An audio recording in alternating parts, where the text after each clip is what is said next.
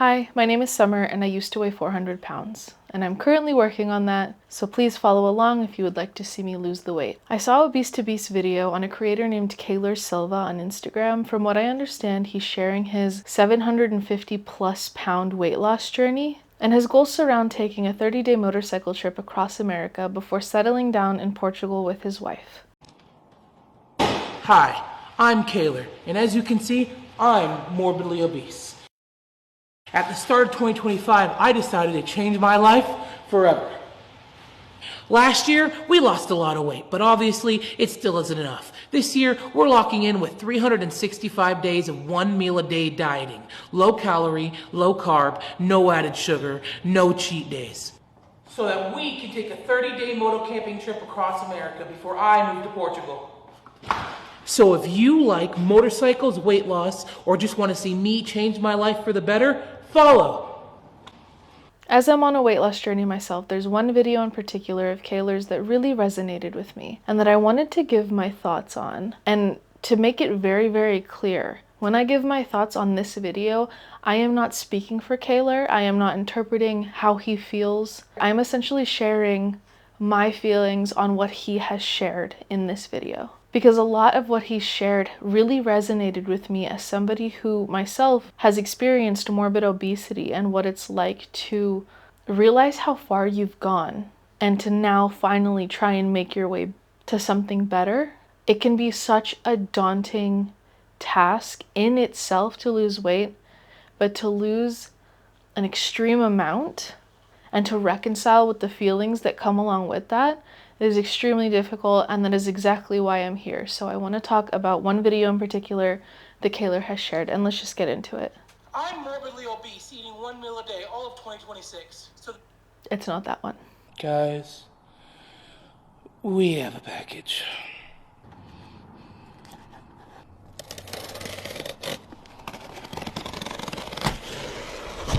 It's that time. I can't lie, guys. I told myself I'd always be honest with you guys. Part of me was hoping that there wasn't batteries in it so I could delay it another day. My name is Kaylor Silva. We got our scale. I'm really nervous right now, but it's now or never, and I got a lot more people than myself to let down. So here we go.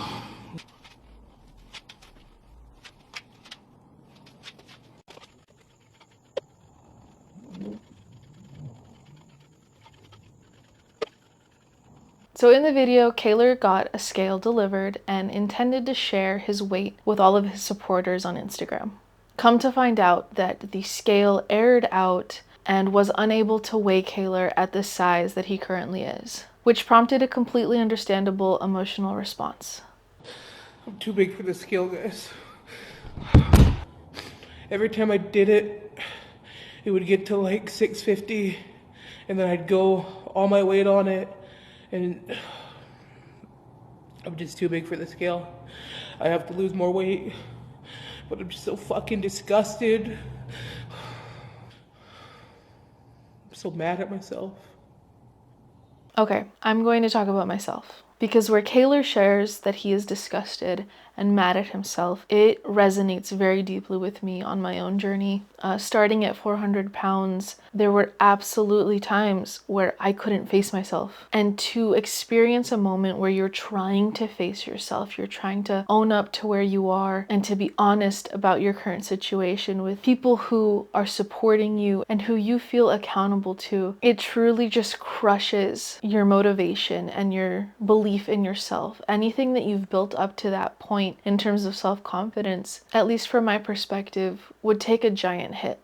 I've shared a lot about how I'm a binge eater and how it's been my experience for my whole life that food is something that I've always used to cope with struggles and to lessen the hardships of life, I would say. I didn't used to know that that's why I was using food. It used to just be that I knew that something was wrong with me, that it wasn't normal and that I had to fix it. But for a long time, I was kept in the mentality that I was just broken. And to binge eat to the point of being 400 pounds at such a young age. I reached 400 pounds when I was around 25, 26 when I reached that weight. And the one thing that I knew that I had was shame and guilt and anger at myself for using food to cope with my life to the point of damaging myself further. I used food as a means to cope and as a means to self-harm. And it kept me in a cycle of relieving my emotions with food, leading to me gaining weight and feeling bad about myself, which furthered my feelings of inadequacy and depression and shame and guilt, and further fueling the desire to just eat more to cope with it. It is a horrible cycle, and I don't wish it on anybody. And if you don't understand it, I'm really glad that you don't. But if you do, that is why I'm here and that is why I share. Because if you understand what that's like, I want to show you that there's a way out. Because I refuse to accept that this is the life that I am dealt and that nothing can be done. Because no, weight loss is not as easy as put the fork down. It's not as easy as certain loud voices online would have you believe, and it's not as hard as having to stay that way forever. I don't believe that. I don't buy that. I don't accept that. And so for Kaylor to share these feelings of desperation and despair and inadequacy from my lens, that's how I view how he must be feeling in that situation. I completely understand where he's coming from. I thought it would work. I'm so disgusted at what I am. Just a fucking loser, dude.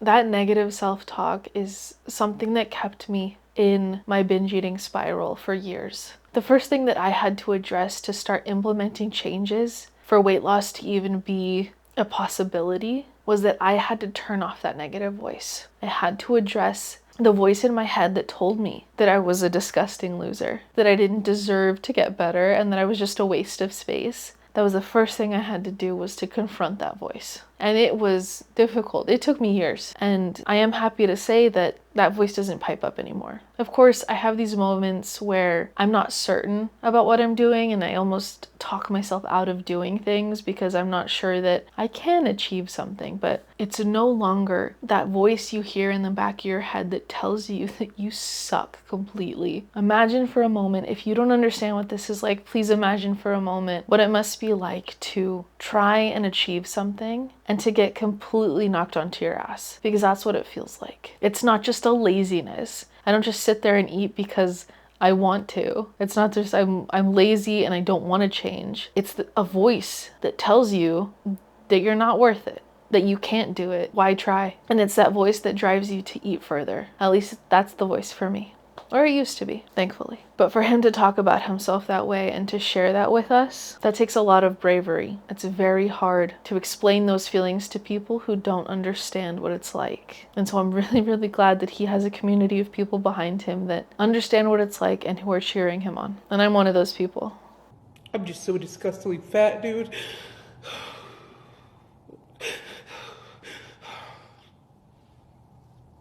It makes me want to give up so bad. It does. But I don't want to. Like I said earlier, that feeling of shame and despair, it makes it so easy to want to resort back to those old behaviors that we've already determined are no longer serving us. We know we want to change. I know I want to change. But the feelings inside of me, the feelings that make it hard to admit that you need help, to admit that you have a problem, to admit that things are extremely difficult, it's easier almost to resort back to the old behaviors that got you to the point of wanting to change in the first place. It feels redundant, but it makes so much sense. But what helped me was getting to the point where staying the same hurt so much more than the pain of changing. If you can change before that point, please do. If you have any capability or want to change before getting to the rock bottom, then I implore you to make those changes now. Fun fact about rock bottom, there isn't really just one rock bottom. It's kind of a collection of experiences, a handful of years where you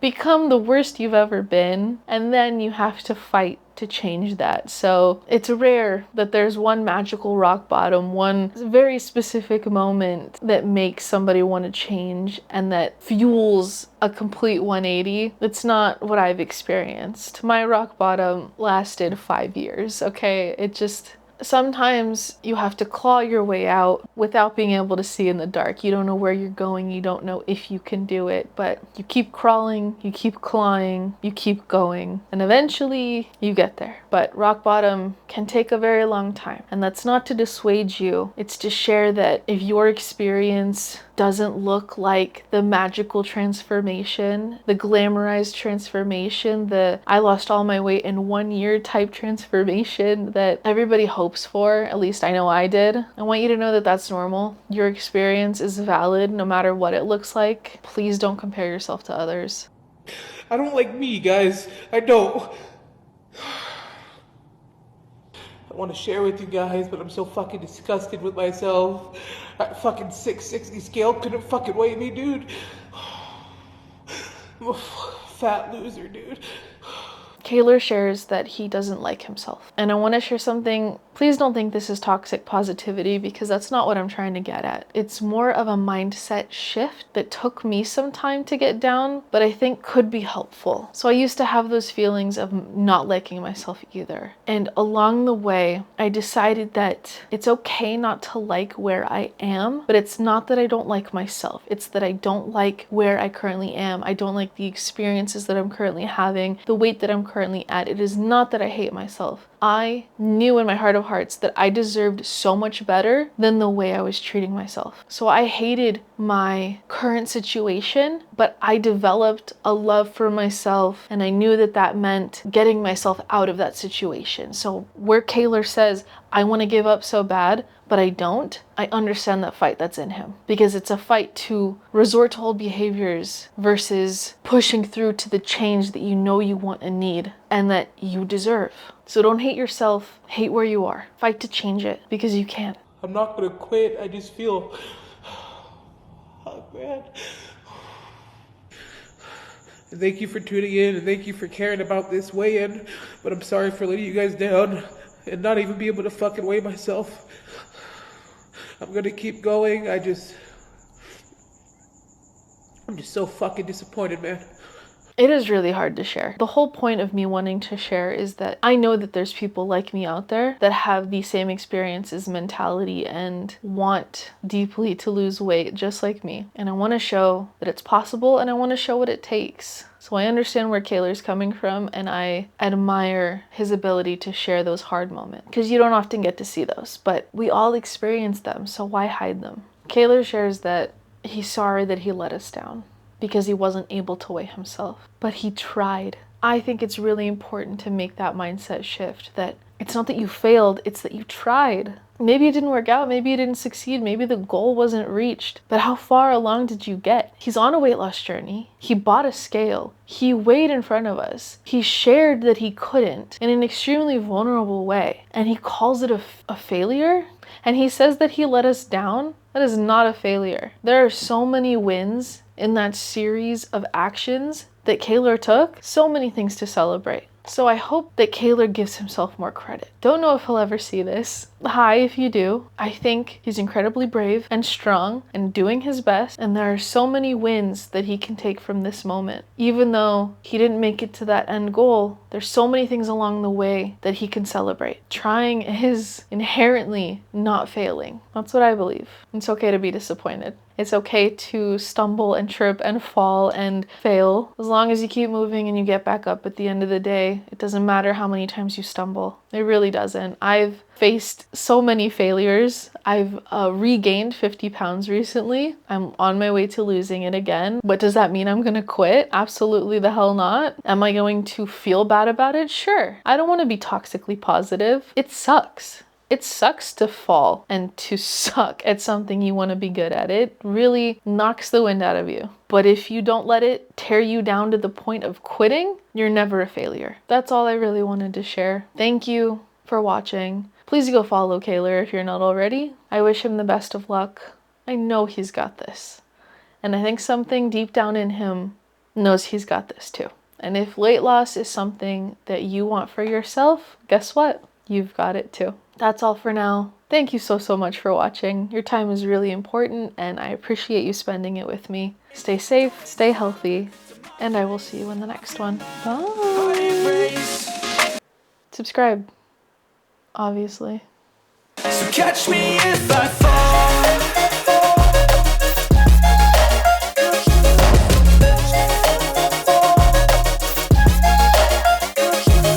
Hello?